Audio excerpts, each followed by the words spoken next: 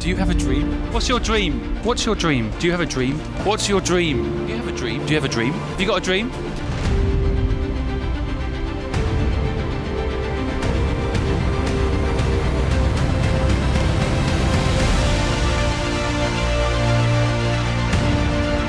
And I'm going to give you a philosophy that I think will change your life.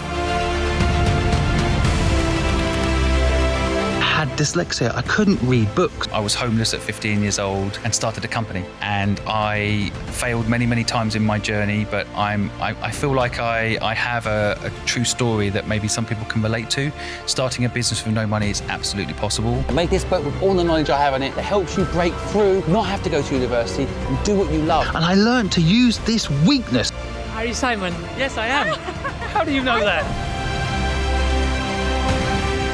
Are you homeless at the moment? I am technically homeless, yeah. Your surprise is, we've got your tickets to go see your dad. I want to give you £5,000. Oh my God.